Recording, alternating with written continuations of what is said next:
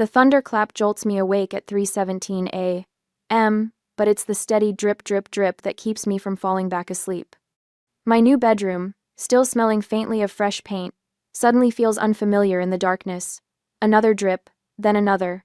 My hand fumbles for the bedside lamp. What the? Water trickles down from a darkening spot on my ceiling, landing with perfect rhythm onto my grandmother's quilt. Not one spot but three, forming a constellation of trouble above my bed. I scramble to my feet, pulse hammering against my ribs as I grab the metal mixing bowl from the kitchen and place it under the most persistent leak.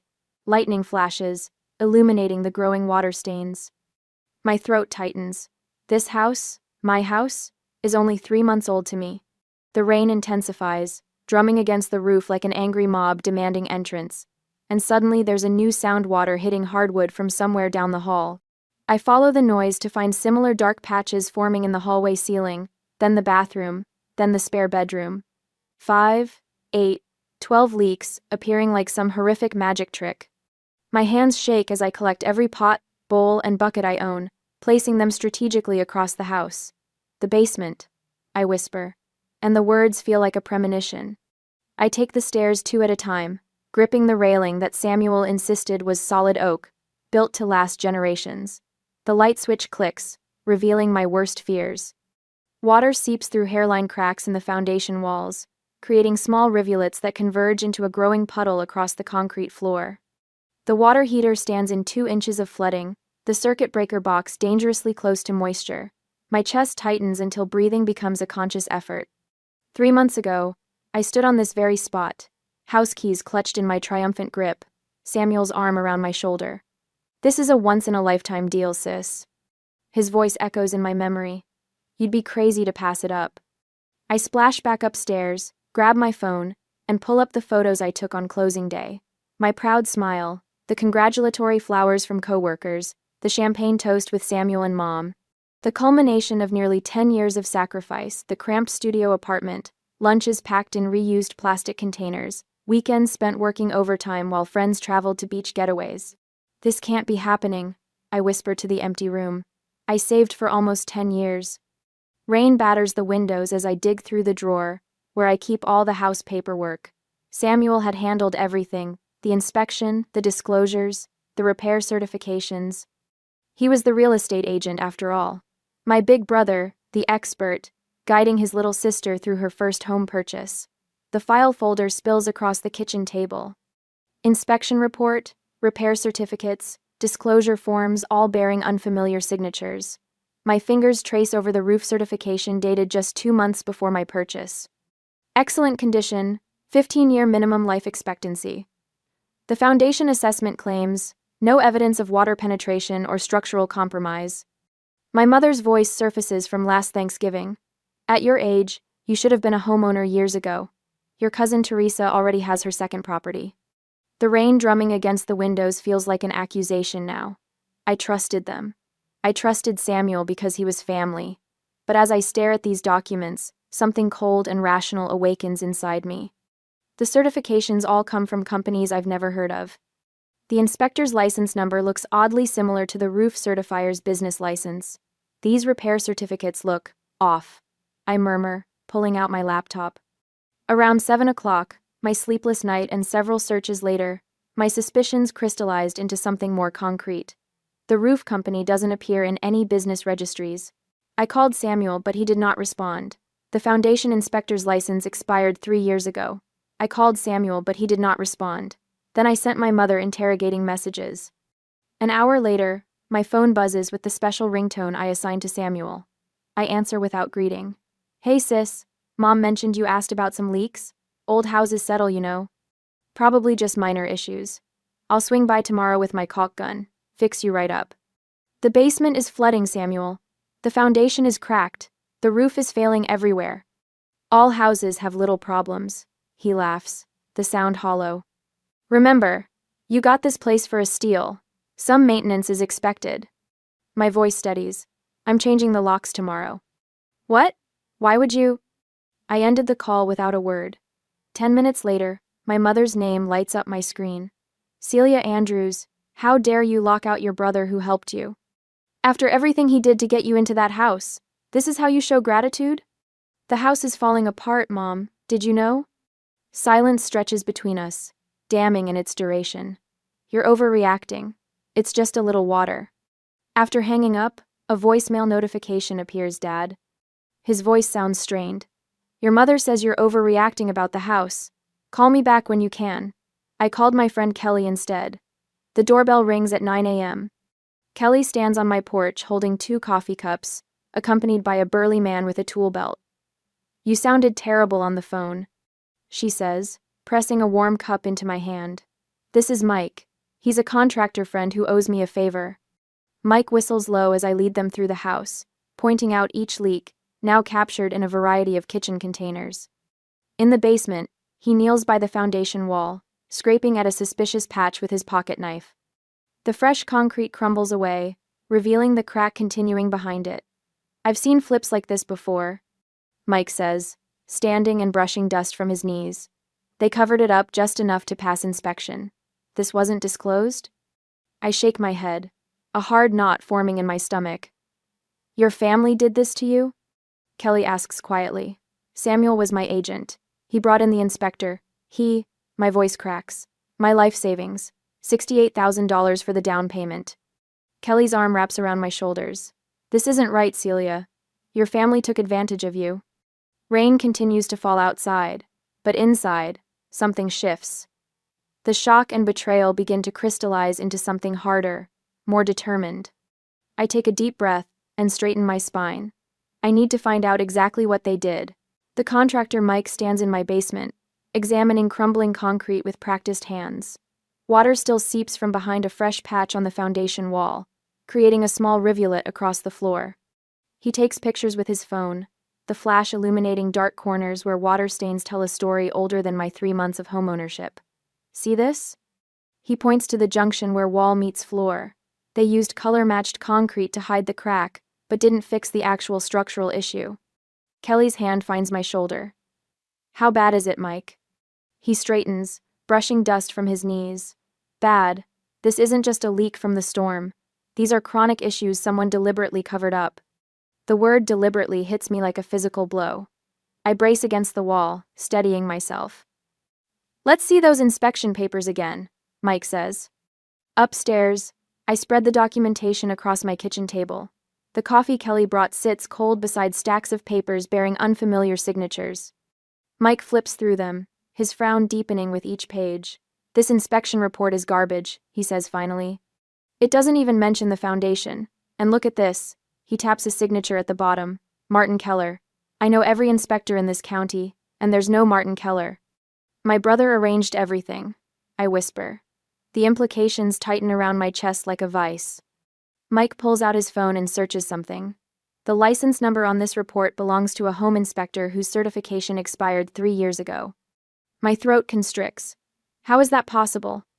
They took a real license number but faked the name, Mike says.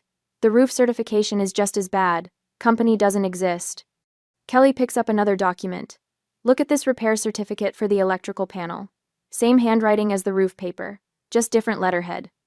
Mike excuses himself to make a call, stepping onto the back porch. Through the window, I watch him gesturing as he speaks. When he returns, his expression has hardened. I called a buddy at the county records office. This house was purchased 8 months ago by Andrews Investments LLC. He looks at me. Any relation? The room spins slightly. That's my brother's company. Mike nods as if confirming a suspicion. He bought it as a flip property.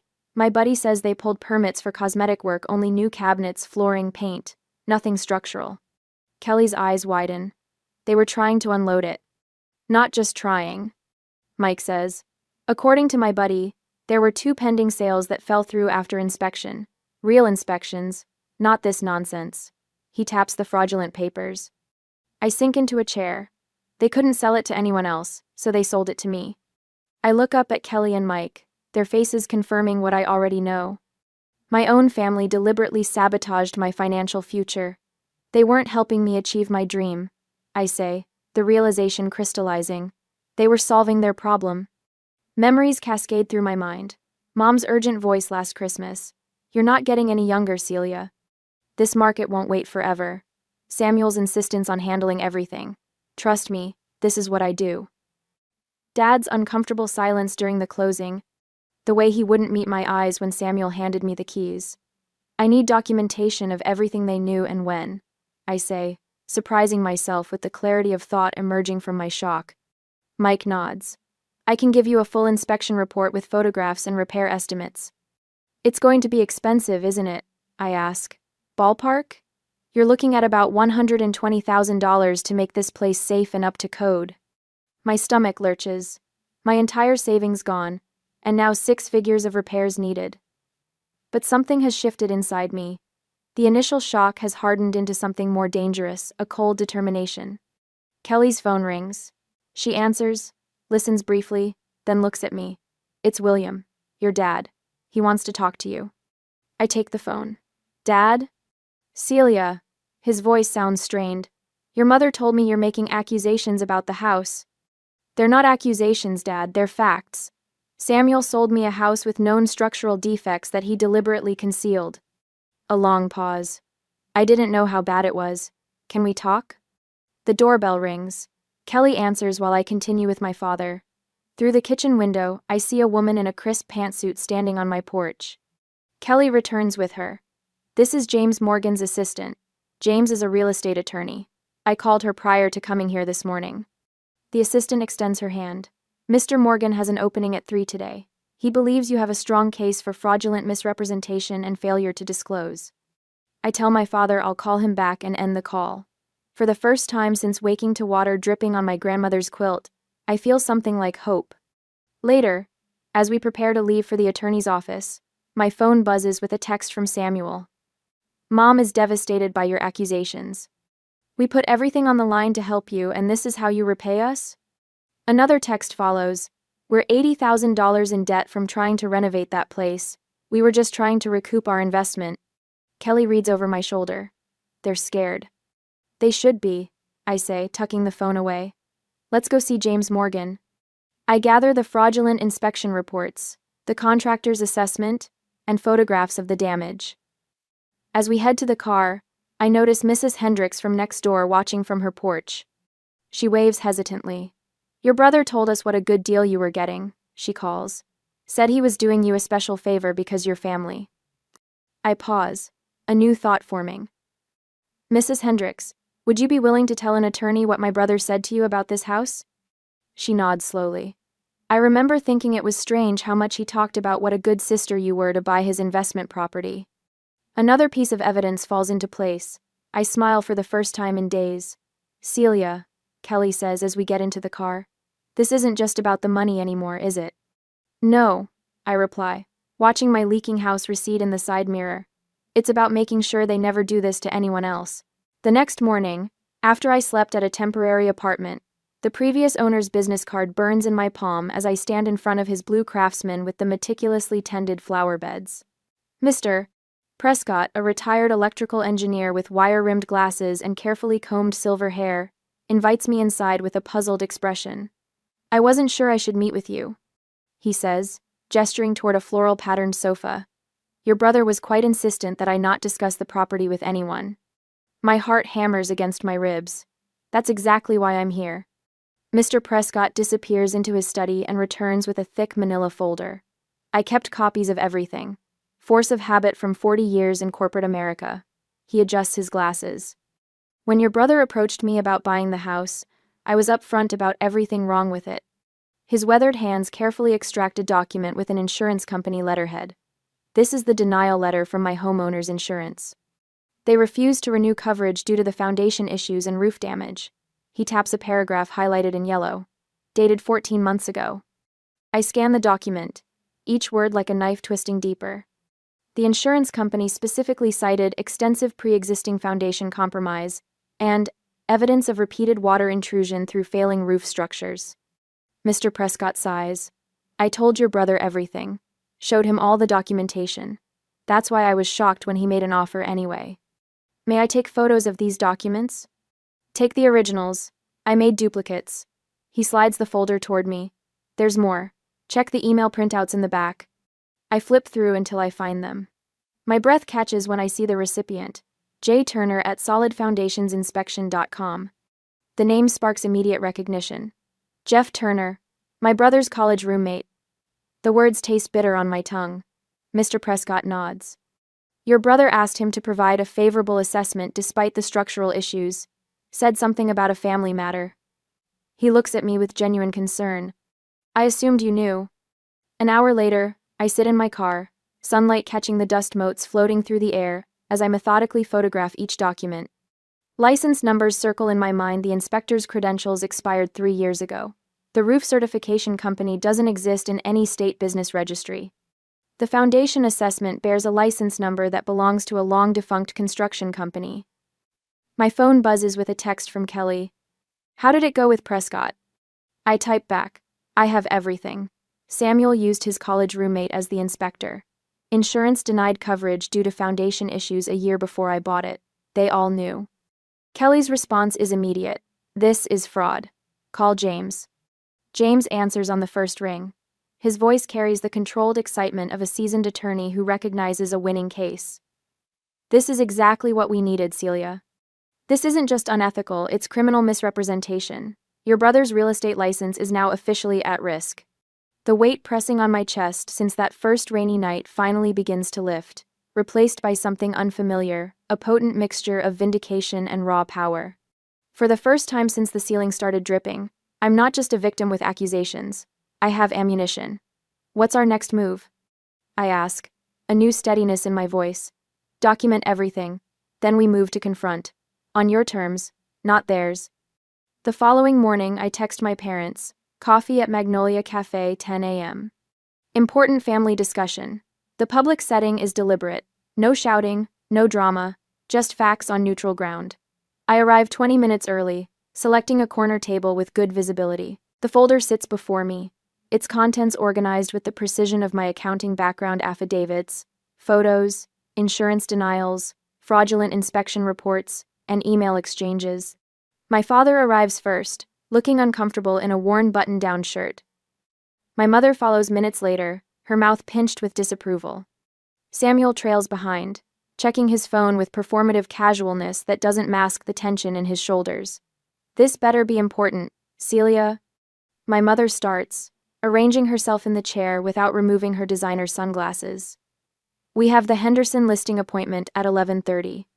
I say nothing, simply opening the folder and sliding the insurance denial letter across the table. I found the previous owner. He told me everything. The change in Samuel is immediate. His face drains of color, and his hands begin to tremble so violently that coffee sloshes over the rim of his cup. My mother stiffens, her fingers clutching her purse with white-knuckle intensity. I don't know what you're talking about, Samuel attempts, but his voice cracks on the final word. You knew about the foundation issues and the roof damage before the sale. I keep my voice low, measured. You deliberately concealed material defects that you had a legal obligation to disclose. My mother leans forward. We just wanted to help you become a homeowner, sweetheart. Everyone has to start somewhere, and with property values the way they are. Stop. I place another document on the table. This is an email from Samuel to Jeff Turner requesting a favorable report despite observed deficiencies. Dated 2 weeks before my closing. A couple at a nearby table glances over, curious about the growing tension radiating from our corner. Samuel notices them looking and lowers his voice to a harsh whisper. Look, there might have been some minor oversights in the disclosures, but... Minor? I cut him off, placing photos of the flooded basement side by side with the falsified inspection report claiming no evidence of water penetration. My entire life savings, Samuel. Everything I worked for over the past decade. My father stares at the documents, his face ashen. I didn't know it was this bad, he murmurs, not meeting my eyes. My mother's hand shoots out to grip his arm. William, don't say another word. For the first time in my life, I watch my father deliberately remove my mother's hand. No, Martha, this isn't right. Samuel attempts recovery, leaning forward with the smile that closed countless deals.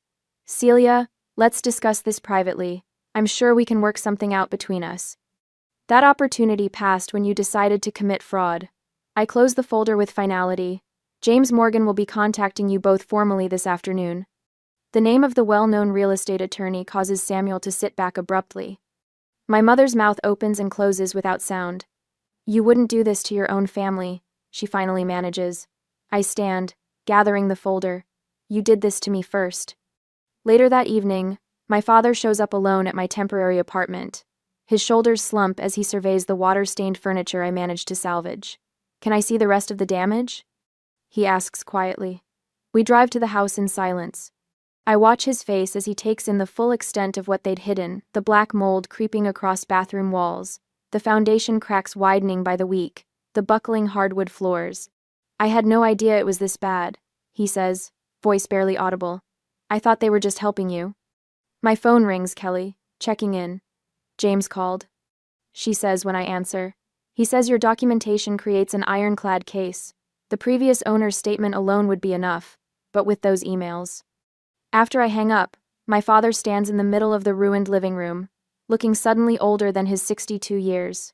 I'm so sorry they did this to you, he says finally. The words unlock something tight in my chest, validation that I'm not crazy, that I don't deserve what happened, that seeking justice isn't an overreaction. He reaches for his car keys. What can I do to help? Tell the truth, I say. That's all I need from you now. As he leaves, I stand in the doorway of my damaged house, watching the sunset paint the neighborhood in golden light. For the first time since that stormy night, I feel something beyond anger and betrayal, the calm certainty that comes with knowing you're fighting the right battle, and that you're not fighting alone. 2 days later, the conference room at James Morgan's law office feels like a war room. Stacks of documents cover the polished mahogany table, inspection reports, disclosure forms, county records, and a timeline of communications Kelly helped create. I scan the piles with a precision born from years of accounting work, my initial shock giving way to something colder and more focused.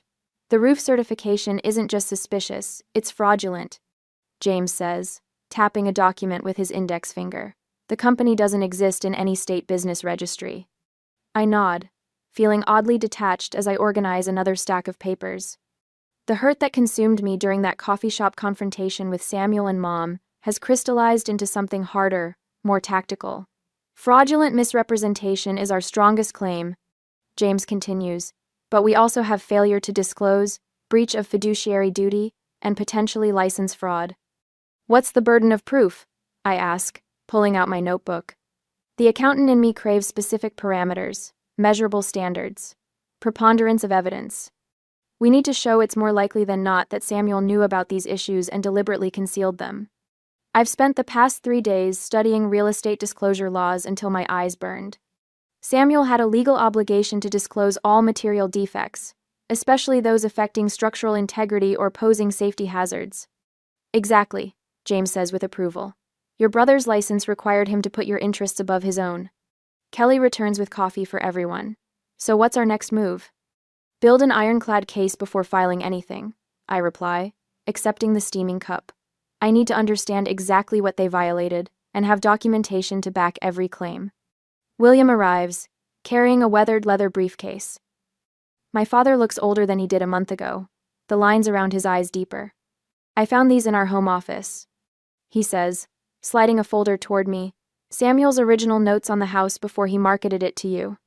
James whistles softly as we examine the contents. Handwritten notes detail foundation cracks, water intrusion points, and a complete roof replacement needed as soon as possible, underlined twice. This is exactly what we needed, James says. Direct evidence he knew. The methodical work continues through the afternoon.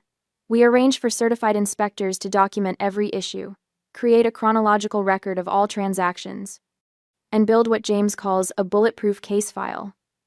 William provides context about family finances that helps explain the desperation behind their actions. Your mother refused to believe they were overextended, he says quietly. Samuel convinced her this was the only way out of their financial hole. First, Kelly organizes photos of damage beside the falsified inspection reports. The side-by-side comparison is damning. No judge could miss this deliberate concealment, she says. I recruit 2 neighbors who remember Samuel's specific claims during the showing promises about solid construction and at least 15 years before any major repairs needed. Their statements add weight to our growing documentation.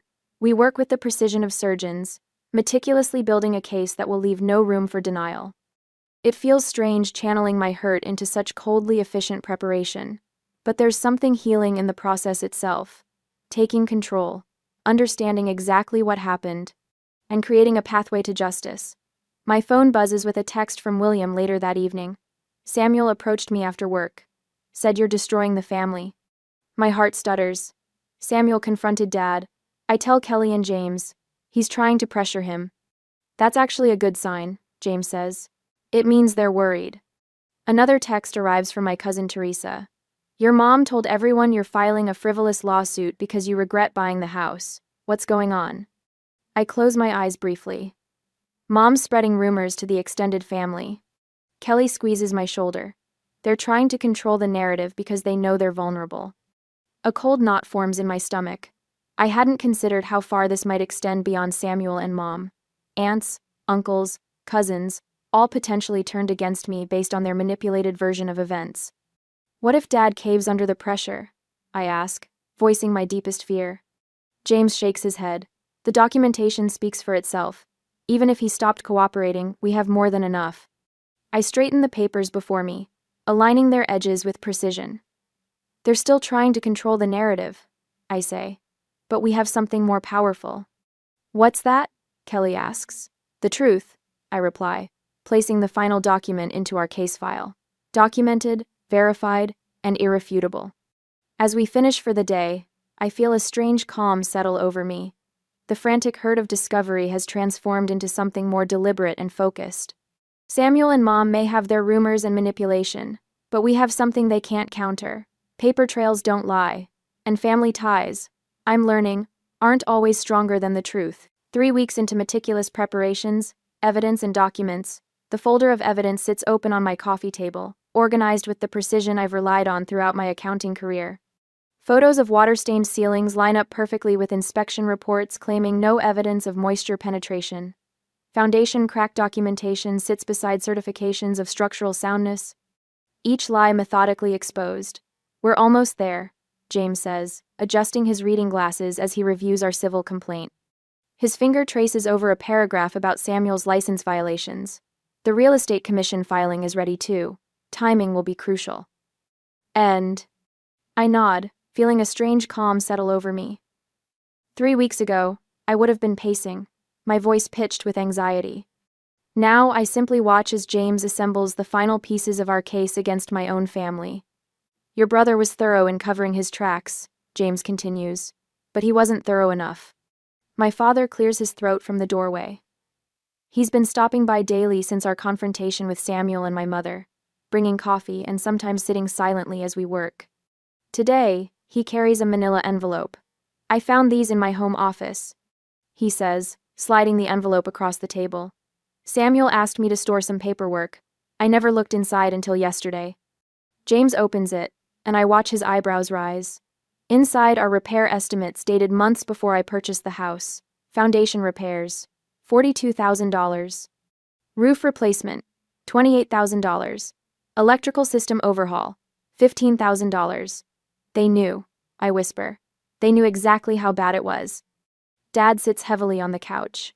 I'm sorry, Celia. I should have asked more questions. I place my hand over his. The skin feels paper thin, spotted with age. Once, those hands seemed capable of fixing anything broken in our childhood home. Now they tremble slightly. We'll add these to the documentation, James says, matching the repair estimates with our photos. Side by side, the evidence becomes irrefutable. Kelly returns from the kitchen with fresh coffee. This is damning, she says, examining the estimates. What's next? We need to be absolutely thorough, James replies. The moment we file, Samuel and Martha will claim I'm pursuing a vendetta. We can't leave any opening for doubt. I spread the photos across the table, clinical in my assessment now. The emotional storm has passed, leaving behind a focused clarity I never knew I possessed. Every leak, every crack, every patch of mold carefully documented and matched with falsified reports. My phone buzzes. Samuel. I haven't spoken to him since our coffee shop confrontation, but I answer. You need to stop this, he says without greeting. His voice sounds strained. Do you understand what happens if you go through with filing these complaints? There will be family consequences you can't undo. I remain silent, listening. Mom is already telling everyone you're just money hungry. He continues. Cousin Rachel's wedding next month? You can forget about attending. Thanksgiving at Aunt Patricia's? Not happening. The threat hangs between us. Once, this would have devastated me. Now I recognize it as leverage, the only kind he has left. I know about your financial history, Celia. The late payments on your student loans 3 years ago when you were between jobs. The credit card you maxed out after Dad's heart attack. I can make you look irresponsible. I end the call without responding, my mind already calculating this new variable. Samuel? Kelly asks, reading my expression. He's preparing counter-accusations about my financial history. I explain. And Mom is telling the extended family I'm money hungry. James frowns. We should prepare for character attacks. Dad stands straighter. I'll speak to your mother. No, I say. Let her talk. This isn't just about money anymore. The question surfaces in my mind, clear and unavoidable. Am I ready to permanently change my family relationships? The holidays, birthdays, weddings, all the occasions that once seemed immutable fixtures of my life. James gathers the papers, tapping them into a neat stack. The paperwork is ready. We can file first thing Monday. William places his hand on my shoulder. You have the truth on your side. I look around at my support system, James, with his meticulous legal mind, Kelly with her unwavering loyalty, Dad with his quiet courage. The realization settles like bedrock beneath me. I'm no longer the desperate woman placing mixing bowls under ceiling leaks. I've become something more formidable. Something my brother and mother never anticipated. Monday, I confirm, feeling the weight and rightness of the word. We file Monday. On Monday morning, Samuel's email arrives at 6:42 a.m., but I don't see it until after my first cup of coffee. The subject line reads, Urgent, legal matter, respond immediately. My stomach clenches as I open it, my toast forgotten on the kitchen counter. Celia, I've filed an ethics complaint against your attorney with the State Bar Association. James Morgan has engaged in a pattern of harassment and defamation against me as a licensed real estate professional. I've attached documentation proving you were fully aware of all property conditions prior to purchase. Please direct all future communication through my attorney. My phone rings before I can process what I'm reading. It's James. Celia, we need to talk. Samuel just filed a complaint against me with the bar.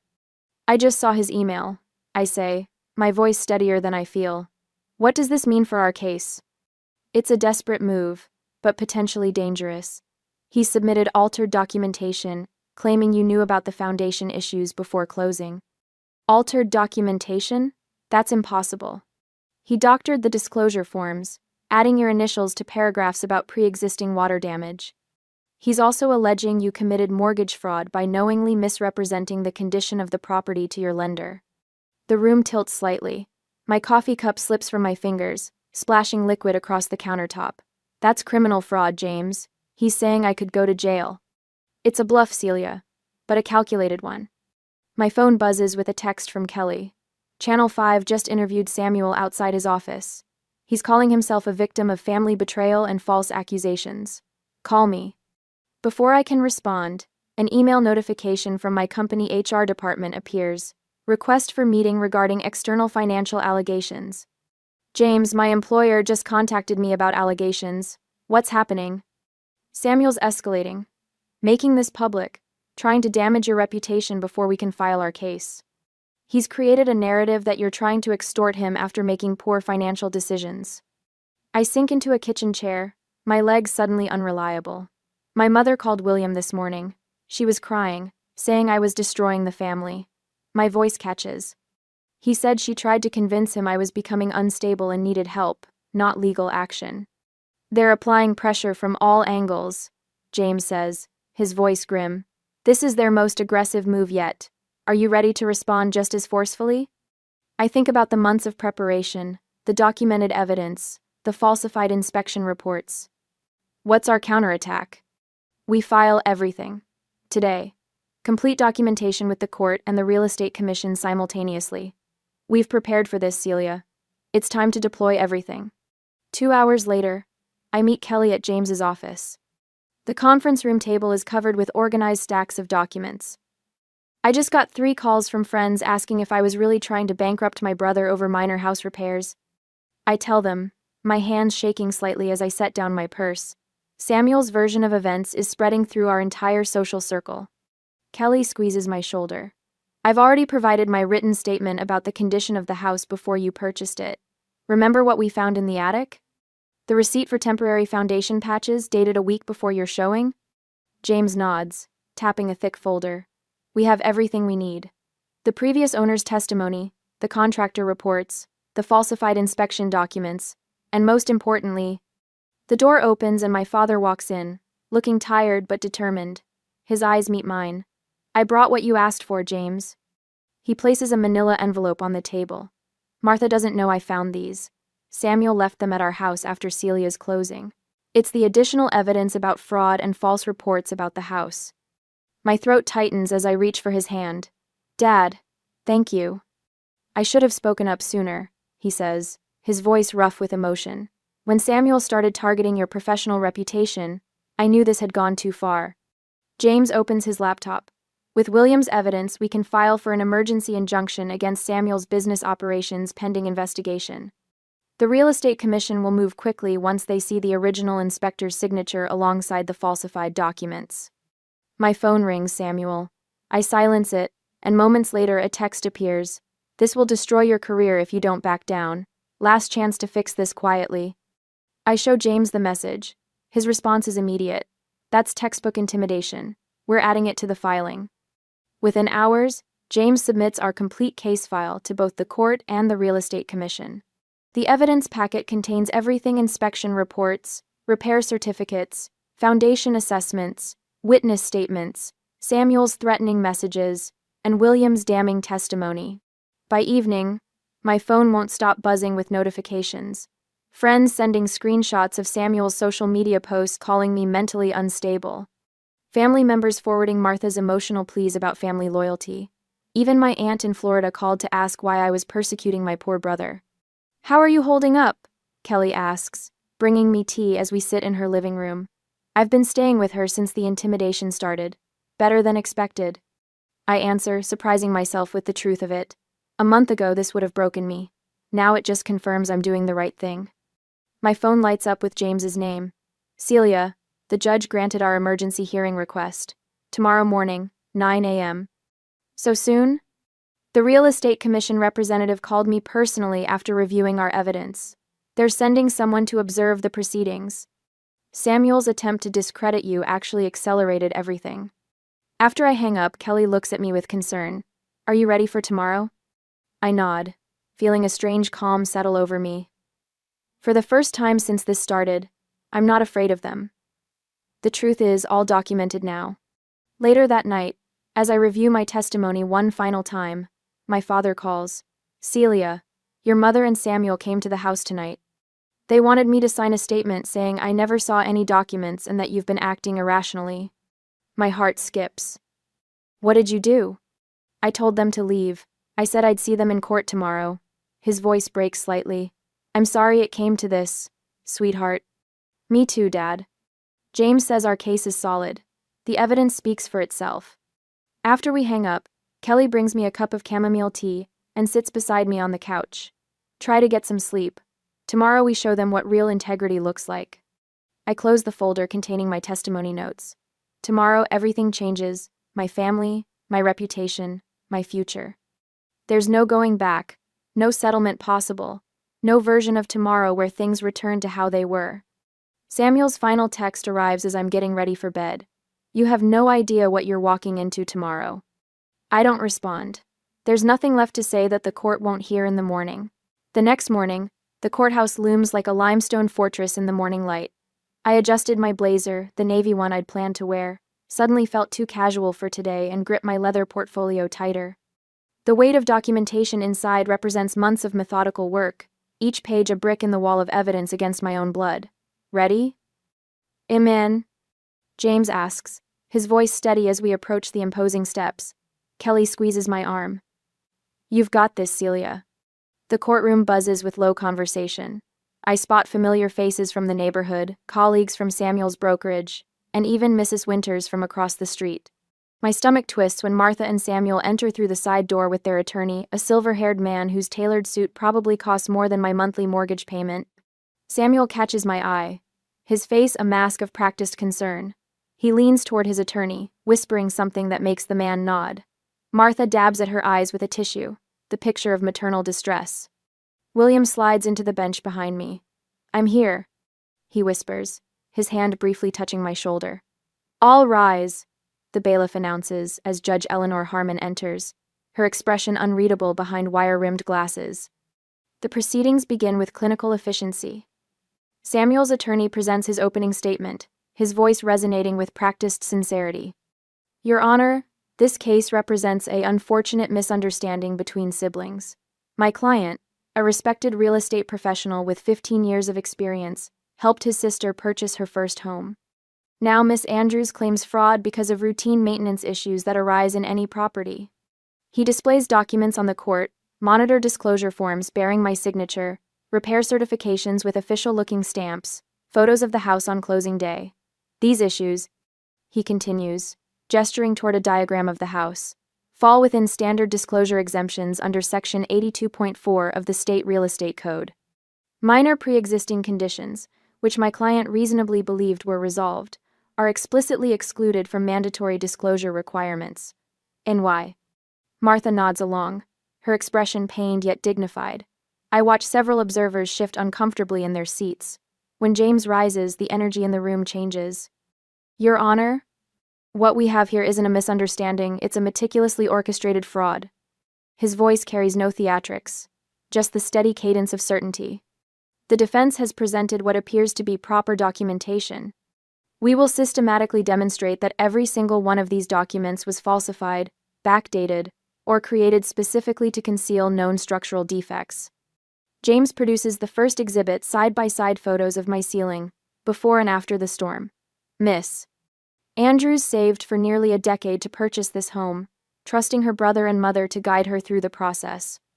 Instead, they exploited that trust to unload a property that had already been rejected by 3 previous potential buyers due to structural issues." Samuel's lawyer stands. "Objection, Your Honor. Counsel is making unsubstantiated claims about prior sales." "Not unsubstantiated," James counters, placing another document on the projector. "This is the complete transaction history for the property, showing 3 failed sales in the 4 months preceding Miss Andrews' purchase, each one terminated during inspection periods." Judge Harmon examines the document. "Objection overruled. Continue, Mr. Morgan." James nods. "We will present evidence that Mr. Andrews and Mrs. Martha Andrews deliberately concealed foundation issues, roof deterioration, and electrical code violations that would have made the property unmarketable at the sale price." For the next hour, James methodically dismantles each piece of Samuel's defense. He calls the certified inspector who examined my home after the storm, who testifies about cosmetic patches covering structural cracks. "In my 27 years of inspection work, these are among the most blatant concealment techniques I've seen," he states, pointing to photographs of freshly painted sections of my basement wall. "You can clearly see where older concrete was patched to hide foundation cracks. This isn't amateur work, it's deliberate concealment." Samuel's attorney attempts to discredit him, suggesting alternative explanations for each defect, but the inspector remains unshaken. "These aren't wear and tear issues, counselor. These are serious structural deficiencies that existed long before Miss Andrews' purchase, temporarily masked by cosmetic repairs designed to fool a casual observer." When William takes the stand, I notice Martha straighten in her chair, her eyes narrowing. My father's voice stays remarkably steady as he recounts finding repair estimates in Samuel's home office. "I was helping Samuel organize his files when I found a folder labeled, 'Andrews Repairs Do Not File.' Inside were contractor quotes totaling over $90,000 for foundation and roof work on the property. Celia eventually purchased." "And when did you find these documents?" James asks. 2 weeks before Celia closed on the house." William's voice catches. "I asked Samuel about them. He told me they were old estimates for work that had already been completed. I believed him." The previous owner testifies next, a retired contractor whose weathered hands gesture emphatically as he speaks. "I told Mr. Andrews about the foundation issues when I sold him the house. That's why I accepted such a low offer. He said he had the skills and connections to fix everything properly." He looks directly at Samuel. "I would never have sold knowing the repairs wouldn't be made before selling to someone else." By mid-afternoon, The systematic destruction of Samuel's defense is nearly complete. When the original building inspector takes the stand, the one whose signature appears on my inspection report, the final piece falls into place. "This is not my signature," he testifies, examining the document. "I've never inspected this property. Furthermore, I was on medical leave during the dates listed here following bypass surgery." Samuel's confident facade begins to crack. I watch his knee bounce under the table as he scribbles notes to his attorney. Martha's makeup has smudged from repeated tissue dabs that never quite produce actual tears. Judge Harmon leans forward. "Mr. Harris, are you suggesting your signature was forged on this inspection report?" "Without question, Your Honor. And the license number here? It's off by 1 digit from my actual license." The courtroom murmurs grow louder until the judge calls for order. When it's time for cross-examination, Samuel's attorney attempts damage control, suggesting clerical errors and miscommunications rather than deliberate fraud. But each explanation sounds increasingly hollow against the mountain of evidence. Judge Harmon removes her glasses, rubbing the bridge of her nose before addressing the court. "Having reviewed the evidence presented today, this court finds clear and convincing evidence of deliberate fraudulent concealment." Her gaze fixes directly on Samuel. "Mr. Andrews abused his position as a licensed real estate professional and exploited familial trust to perpetrate what appears to be a textbook case of real estate fraud." The tension in my shoulders begins to release as she continues. "This court awards judgment to the plaintiff in the amount of $200,000, representing the cost of necessary repairs, diminished property value, and punitive damages." She taps her papers into alignment. "Furthermore, I am ordering a lien against Mrs. Andrews' condominium property to secure this judgment." Samuel's attorney begins to object, but Judge Harmon raises her hand. "I'm not finished. The court will refer this matter to the district attorney's office for consideration of criminal charges and to the State Real Estate Commission for administrative action regarding Mr. District Tester Keenis Andrews' license." She looks directly at me. "Miss Andrews, this court recognizes the extraordinary courage required to pursue justice against family members. The evidence you've presented was thorough and compelling." I nod, unable to speak past the tightness in my throat. The gavel strikes with finality. As we rise, I notice a representative from the Real Estate Commission, making notes in the back row. Samuel stares straight ahead, his face ashen, while Martha clutches the railing for support. Outside the courthouse, sunlight bathes the steps in warm afternoon light. Kelly wraps me in a tight hug. "You stood up for yourself when it mattered most," she whispers. James shakes my hand, satisfaction evident in his normally reserved expression. "This is why I practice law," he says simply. William approaches hesitantly. "I'm so sorry, Celia. I should have—" "You came through when it counted," I interrupt, surprising myself with the steadiness in my voice. Looking back at the courthouse doors where Samuel and Martha exit with their attorney, I realize something fundamental has shifted. The woman who woke to water dripping on her grandmother's quilt months ago would never have imagined standing here today, vindicated and stronger. I take a deep breath of autumn air, tasting victory, and something else, the freedom that comes from claiming your own power.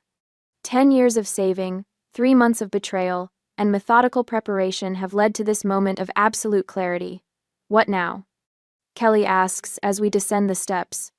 Now, I say with newfound confidence. I rebuild, but on foundations I know are solid. The settlement check sits on my kitchen counter like a trophy. $200,000 feels simultaneously like justice and a poor substitute for what I've lost. It's been 3 weeks since the judge ruled in my favor, and Samuel's brokerage terminated him the same day. The Real Estate Commission suspended his license pending further investigation. "You sure you want to sell the house?" Kelly asks, leaning against my rental apartment's counter. "You could fix it properly with the settlement money." I shake my head, watching rain streak down the windows without the knot of dread I'd grown accustomed to. Too many memories. Every creaking floorboard would remind me of them. My phone buzzes with a text from Dad.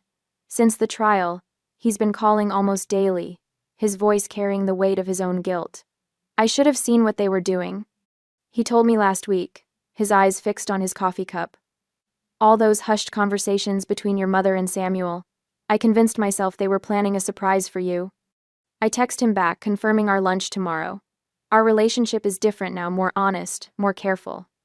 We're learning to rebuild on a foundation of truth rather than obligation. Your listing agent called. Kelly says, scrolling through her phone. 2 offers on the house already, even with all the disclosed issues. Because we're honest about everything wrong with it. I find myself smiling at the irony. Full disclosure actually works. James Morgan stops by later with the paperwork for the lien against Mom's condo. He's agreed to become my permanent legal advisor, something I never imagined needing before this ordeal. The district attorney is considering criminal charges. He mentions casually, organizing documents with practiced precision. Samuel's former clients are coming forward with similar stories. I never wanted to destroy my family, I admit, the words catching in my throat. James looks up, his expression softening. You didn't destroy anything, Celia. You simply exposed what was already broken. The truth of his statement settles over me like a warm blanket. Sometimes family is defined by honesty, not just blood. 6 months later, I stand in the doorway of my new living room, watching raindrops race down windows that don't leak. This house, my real house, passed 3 separate inspections before I signed a single paper. The inspector, recommended by James, spent 4 hours examining every inch of the property, pointing out minor issues with refreshing candor. The gutters need cleaning, and you'll want to reseal around the bathroom fixtures within a year, he'd said, making detailed notes. But the foundation is rock solid. Those words still bring me comfort during rainstorms like tonight's. My phone rings, Dad calling from his volunteer shift. Just finished helping a couple walk away from a money pit, he says, pride evident in his voice. The seller tried the same tricks Samuel used on you. After the trial, Dad joined me at the Real Estate Transparency Initiative, a consumer protection group where we volunteer weekends, educating first-time homebuyers. 3 families have already avoided situations similar to mine through our workshops. Did you use the inspection checklist I made? I ask, settling into my reading chair. It was perfect, he confirms. The wife kept saying how grateful she was to have someone point out the red flags. We chat about his upcoming visit this weekend. Our relationship has transformed from the strained politeness of before into something authentic. We've established boundaries and expectations that make both of us feel secure. The conversation shifts to Mom and Samuel. They've retreated from family gatherings, unable to face relatives who know the truth. Last month, Mom left a voicemail asking if we could move past all this unpleasantness. I saved it but haven't responded. Trust must be earned, even from family. After hanging up, I notice an email from my coworker Diane. Subject line, House Emergency Help. The message details familiar pressure tactics from her brother-in-law Realtor, pushing her toward a quick decision on a perfect starter home with a suspiciously low price. My heart races with recognition, the same urgency, the same family obligation, the same red flags I missed. Months ago, I would have sympathized but offered little practical help. Today, I responded with specific resources, inspector recommendations, disclosure requirement checklists, and an offer to review any paperwork before she signs. Trust is earned, even from family. I write, verify everything. I include James's contact information and offer to accompany her to viewings. This isn't just about Diane, it's about breaking a cycle that traps too many first-time homebuyers. Saturday evening, my living room fills with the warm chatter of trusted friends. Kelly arranges appetizers, while Dad adjusts a framed house illustration, my housewarming gift, from the Real Estate Transparency Initiative volunteers. To new beginnings, Kelly announces, raising her glass as everyone gathers in a circle. I look around at these people, not all related by blood, but connected by something stronger. Dad stands tall beside me, his hand occasionally touching my shoulder in a gesture of support that would have seemed impossible a year ago. Outside, rain begins to fall, the gentle patter against solid windows providing a soothing backdrop rather than triggering anxiety. In this moment, surrounded by people who've proven their trustworthiness, I finally understand the lesson beneath all the pain. Sometimes, the hardest battles are against the people who should protect you, I say quietly, raising my glass to join the toast. But winning those battles teaches you who truly deserves your trust. The glasses clink together, catching the warm light of my new home, a home built on truth rather than deception, strength rather than vulnerability, and chosen family rather than obligatory ties.